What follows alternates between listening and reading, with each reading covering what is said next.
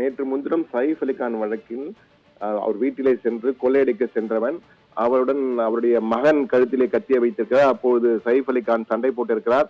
அப்போது சயிஃப் அலிகானுக்கு 6 குத்துக்கள், கத்தி குத்துக்கள் இருந்தது. அனைவரும் அறிந்ததுதான். கையிலே, இடது கையில் 2, கழுத்திலே 2, தண்டுவடம் பகுதியில் 2 என 6 கத்தி குத்துகள்.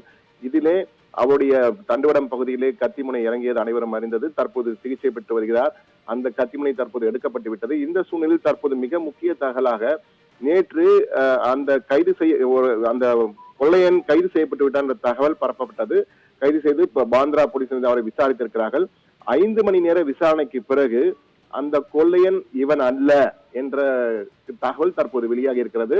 ஆனால் அந்த கொள்ளையன் மிக தெளிவான பலே கேடி என்பார்களே, அது போன்ற மிக மோசமான கைத்தேர்ந்த திருடனாக இருந்திருக்கான், கொள்ளையனாக இருந்திருக்கான் தான் கூற வேண்டும். என்றால் உள்ளே வரும்பொழுது அந்த அவர் வீட்டிலே கொள்ளையடிக்கும் பொழுது நீல கலர் அரைக்கை சட்டையை போட்டிருந்தார். அதன் பிறகு வெளியே வந்த பிறகு சட்டையை மாற்றிவிட்டு கருப்பு கலர் சட்டைக்கு சென்றிருக்கிறார். எனவே திட்டமிட்டு பல சட்டைகளை மாற்றி ஏமாற்றி இருக்கிறார். தற்போது சிசிடிவியில் அந்த கருப்பு சட்டையில் அவர் வெளியே சென்ற காட்சிகளும் தற்போது கிடைத்திருக்கிறது. எனவே அந்த திருடனை இன்னும் பிடிக்கவில்லை போலீசார் என்பதுதான் தற்போது உண்மையாக இருக்கிறது, யதார்த்தமாக இருக்கிறது. அவனை பிடிப்பதற்காக மேலும் 20 படைகள், ஏற்கனவே 10 படைகள் அமைக்கப்பட்டிருந்தன. தற்போது மேலும் 20 தனிப்படைகள் அமைக்கப்பட்டு 30 தனிப்படை போலீசார், ஒவ்வொரு தனிப்படையிலும் 15 போலீசார் என 30 தனிப்படையினர் தற்போது அவனை வலை வீசி மும்பை முழுவதும் தேடி வருகிறார்கள். அது மட்டுமல்ல, 40,000 போலீசார், மும்பை போலீசிலே மொத்தம் 40,000 போலீசார் இருக்கிறார்கள். அனைவருமே இந்த தேடுதல் வேட்டையில் ஈடுபட்டிருக்கிறார்கள் என்ற தகவலையும் டிசி துணையான திக்ஷிம் பிரீத்தம் நம்மிடம் தகவலை பகிர்ந்திருக்கிறார். என்றால் அவரிடம் தொடர்பு கொண்ட போது அவர் கூறிய தகவல், இது மிக முக்கியமான ஒரு வழக்காக இருக்கிறது, இந்தியா முழுவதும் கவனத்தை ஈர்த்த வழக்காக இருப்பதால் இதற்கு முக்கியத்துவம் கொடுத்து தேடப்பட வேண்டும் என்பதற்காக இதற்கு அதிக முக்கியத்துவம் கொடுத்திருக்கிறோம்.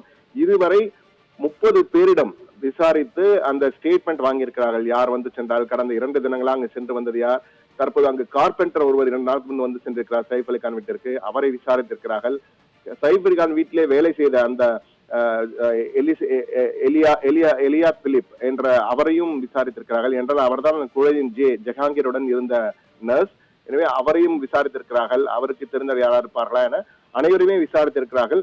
இந்த சூழ்நிலையில் தற்போது அவர் எங்கே சென்றிருக்கிறார், அந்த திருடன் எப்படி தப்பி இருக்கிறான் என்றால் அந்த எப்படி வந்திருக்கார் என்பது குறித்து தற்போது போலீசார் கிட்டத்தட்ட அந்த மோட் ஆஃப் ஆபரேண்டி எப்படி நடந்தது என்பது குறித்து ஒரு நிகழ்வை சொல்லியிருக்கிறார்கள், பதிவு செய்திருக்கார் எஃப்ஐஆர் ரிப்போர்ட்டின் போது. அதிலே அந்த வீட்டின் சரியாக 1 மணி அளவில், நள்ளிரவு 1 மணி அளவில் வீட்டின் பின்புறமாக வந்திருக்கிறான். அதாவது சிசிடிவியில் படக்கூடாது என்பதற்காக முகத்தை மறைத்து கொண்டு அந்த நீல கலர் சட்டை, அரக்கை சட்டையை போட்டுக்கொண்டு ஏறி இருக்கிறான். அந்த ஃபயர் எஸ்கேப், அந்த தீ ஏற்படும் போது வெளியேறக்கூடிய வழியாக உள்ளே வந்தவன் 11, 12 டியூப்ளெக்ஸ் மாடி அவர்கள் தங்கியிருந்தது. 11, 12 2 மாடிகளும் சேர்ந்து ஒரே அமைப்பாக இருக்கும். உள்படிக்கட்டு வழியாக உள்ளே வந்து செல்லலாம், 2 மாடிக்கும் செல்லக்கூடிய வாய்ப்பு இருக்கிறது. எனவே 11ஆம் மாடிக்கு உள்ளே நுழைந்து ஜஹாங்கீருடைய கதவு கண்ணாடி வழியாக, பாத்ரூம் கண்ணாடி வழியாக உள்ளே நுழைந்திருக்கிறான். உள்ளே நுழைந்தவன் அந்த குழந்தையை பார்க்கும்போது அந்த அருகில் இருந்த நர்ஸ் சத்தம் போட்டிருக்கிறார். சத்தம் போட்டவுடன் சயிஃப் அலிகான் எல்லோரும் கீழே ஓடி, கரீனா கபூர் இருவருமே 12ஆவது மாடியிலிருந்து கீழே ஓடி வந்திருக்கிறார். குழந்தையின் அந்த இளைய மகன் பெட்ரூம் ஓடி வந்திருக்கிறார்கள். அப்போது அந்த குழந்தையின் கழுத்திலே கத்தியை வைத்துக் கொண்டு அவன் மிரட்டியிருக்கிறான். அப்போது சயிஃப் அலிகான் அவனுடன் சண்டை போட்டிருக்கிறார். சண்டை போடும்போது கத்தியால் குத்திருக்கார். பிறகு அவனை அந்த ரூமுக்குள், அந்த ஜஹாங்கீரின் ரூமுக்குள் அடைத்து விட்டு கதவை சாத்தி விட்டு வெளியே வந்து விட்டார்கள். அனைவரும் பாதுகாப்பா இருக்க வேண்டும். அனைவரும் வந்து 12ஆவது மாடிக்கு சென்று விட்டார்கள். சயிஃப் அலிகான் உள்ளிட்ட அனைவருமே 12ஆம் மாடி அந்த ரூமில் தனியாக போட்டு பூட்டியிருக்கிறார்கள்.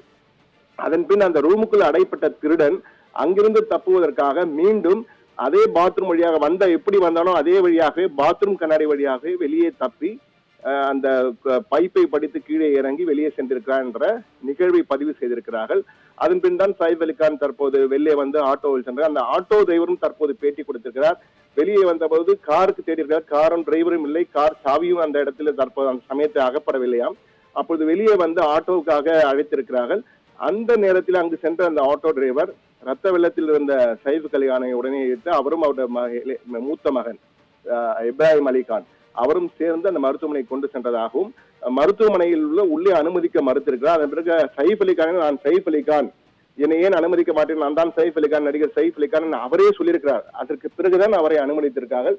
இந்த சூழ்நிலையில் தான் தற்போது அந்த மருத்துவமனையிலே அவருக்கு அறுவை சிகிச்சை செய்யப்பட்டிருக்கிறது. தற்போது அந்த கத்தியின் முனை 2.5 அங்குலம் கொண்ட அந்த கத்தியின் முனை நமக்கு அந்த பிரத்யேக காட்சி கிடைத்திருக்கிறது. அந்த புகைப்படத்தை நீங்கள் பார்க்கலாம். இது இந்த கத்தி முனை தான் அவருடைய தண்டு இடத்திலே புகுந்திருந்த கத்தி முனை. 2.5 அங்குலம் இருக்கிறது, நீங்கள் பார்க்கலாம். இதுதான் அவருடைய தண்டுவடம் பகுதியிலே அந்த திருடன் கொள்ளையன் குத்தியதால் உள்ளே நுழைந்து மாட்டிக்கொண்டது.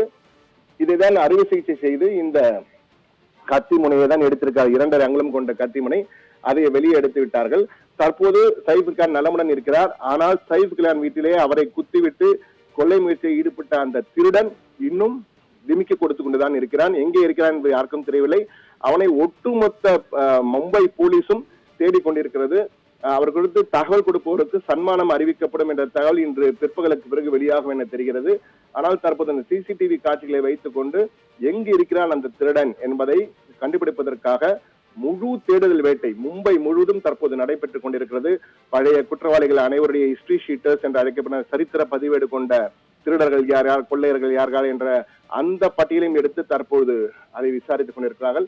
இது ஒரு பக்கம் நடந்து கொண்டிருக்கிறது. எனவே ஒட்டுமொத்தமாக மும்பை போலீசும் சைஃப் அலி கான் வீட்டிலே அந்த சம்பவத்தில் ஈடுபட்ட அந்த தரமான சம்பவம் என்று கூட கொள்ளையர்கள் இதை கூறுவார்கள். அப்படிப்பட்ட சம்பவத்தில் ஈடுபட்ட அந்த கொள்ளையனை பிடிப்பதற்காக முழு முயற்சியில் கண்கொத்தி பாம்பாக தேடிக்கொண்டிருக்காங்க என்றுதான் கூற வேண்டும். ரஸ்லிம் பால்.